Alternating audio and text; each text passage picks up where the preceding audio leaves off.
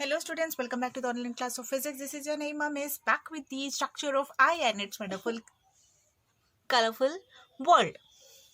So in our previous class we have learned about prism, right? In today's class we will learn about dispersion of light. Dispersion of light. Okay.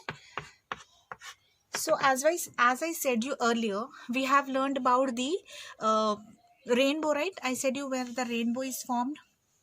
Yes, due to the rain and a little, sun shines.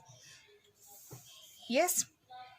So similarly, when you are passing a white light, suppose this is your prism and the white light is passing through the prism. When the rays are coming out, you can see that they are of different colors. Okay, they emit different colors, that is Vibgyor colors. Okay, Vibgyor color. Violet, indigo, blue, green, orange, red. Okay, these are the different colors which is emitted by the prism.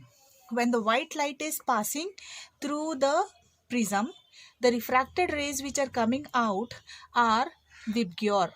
Okay, they are Vibgyor. So this is nothing but it is called as dispersion. The splitting of white light into different colors is called as dispersion. Fine. This situation we can see in the rainbow also. Okay, when the white light is falling on the drops, water drops, when the white light is falling on the water drops which is present in the atmosphere, they will create the rainbow like this, okay, with different colors. Yes, we will notice this with different colors. You can see that rainbow is formed, right? According to the wave theory, light can be thought of a wave propagating in all directions. Right? Light is an electromagnetic wave. Yes, it is electromagnetic wave. What? Light. Yes, light is what? Electromagnetic wave. Here, no particles physically oscillate back and fro. They don't oscillate. Instead, the magnitude of electric and the magnetic field associated with electromagnetic wave vary periodically at every point. This oscillating electric and magnetic fields propagate in all directions with the speed of light.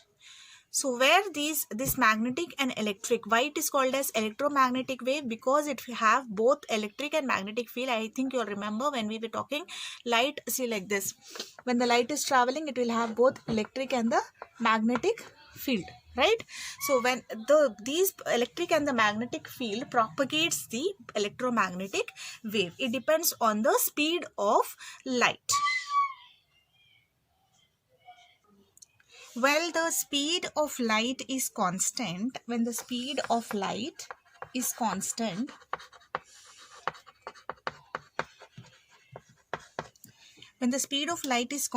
in vacuum, for all the colors, it depends on the wavelength of light when it passes through a medium. Okay, in air. Then it depends upon the wavelength of the light.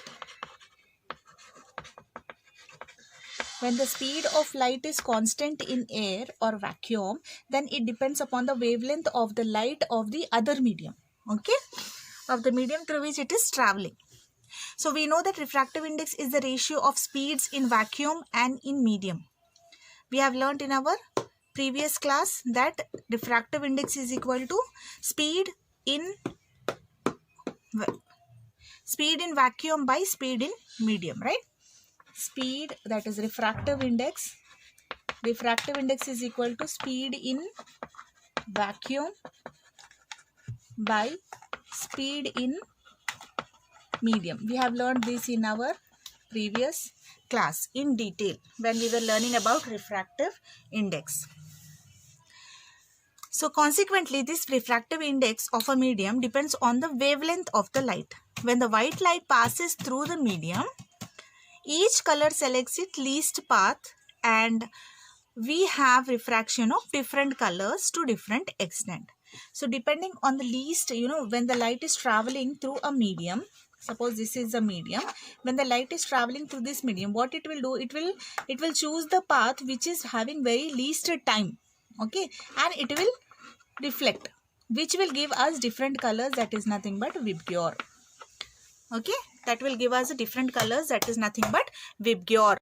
Hence we will notice that when the white light passes through the prism, it splits into 7 different colors. So let us assume this single color ray through the prism. We know that the frequency of the light is property of source and it is equal to the number of waves leaving the source per second. This cannot be changed by any medium. Hence the frequency doesn't change due to the refraction. Thus colored light passing through any transparent medium retains its color. While refraction occurs at interface, the number of waves that are incident on the refracted interface in a second must be equal to the number of waves passing through any point taken in the medium. Okay, so whatever incident ray is coming, it should be equal to the waves, number of waves when it is passing through the another medium. So how we will write it? We will write it as V is equal to nu lambda. Okay, we will write it as V is equal to U lambda, where nu is the frequency which is denoted by nu. This is nu. This is V. Okay, see it clearly. V is equal to nu lambda. Okay, nu is the frequency, lambda is the wavelength. Okay, nu is the frequency and lambda is the wavelength. Okay, don't get confused, children. Do remember these terms. Now we will see how the formation of rainbow is taking place. Okay, so the rainbow is an arch of 7 colors, as we know, right? It is the arch of 7 colors as we usually see in the atmosphere. It is the different colors that it is having. Yes, 7 different colors it is having. It is having 7 different colors, which we know as VIBGYOR, right? We know it as VIBGYOR. Violet, indigo, blue, green, orange and red. We know this, right? So, the rainbow is an arch of 7 different colors which are visible in the sky, which is produced by the dispersion of the sunlight by raindrops in the atmosphere. So, when we observe this figure, you see, suppose we are assuming this to be a raindrop. Okay, this is water drop. Okay, and the sun rays are falling on this. The sun rays are falling on this water drop. Okay, this is sunlight. What is this? This is sunlight. Now, the rays enter into the water drop near its top surface, right? The rays of sunlight enter the drop near its top surface. At this first refraction, the white light is dispersed into the spectrum of colors, violet being deviated the most and the red being deviated the least. So what will happen? These will get refracted and this is the another color. Okay, when it is getting refracted, you can see that the violet color will be refracted at the most. Okay, and the red color will be refracted at the least. Okay, violet and red. Okay, now reaching the opposite side of the drop, each color is reflected back into the drop because of the total internal surface. We have learned about total internal surface. Yes, so this is occurring because of the total internal surface. Each color drop is reflected back into the drop because of the total internal surface. Okay, because of the total internal surface reflection, or you can say total internal reflection. Okay, then arriving at the surface of the drop, each color is again refracted into air. When it is coming out from when these colors are coming out from the water drop, they again get reflected into the air. So you can see that at this second refraction, when they are getting again refracted in this air, you can see that each color is the angle between the red and the violet rays further increases. Okay, they further increases, which compared to the angle between those at the first refraction. So when we see this is the first refraction, right? So here their angle is this much. When they come into the air, you can see that the angle increases more. It increases more. Okay, so you can see that the angle increases more when compared to the water drop refraction. So here you can see this is the air, these are the refracted rays which are coming from the water droplet. So we can say this is the first refracted rays, and these are the rays which are coming when they are refracted in the air medium. So this is the air medium. Okay, so we can say this as the second refracted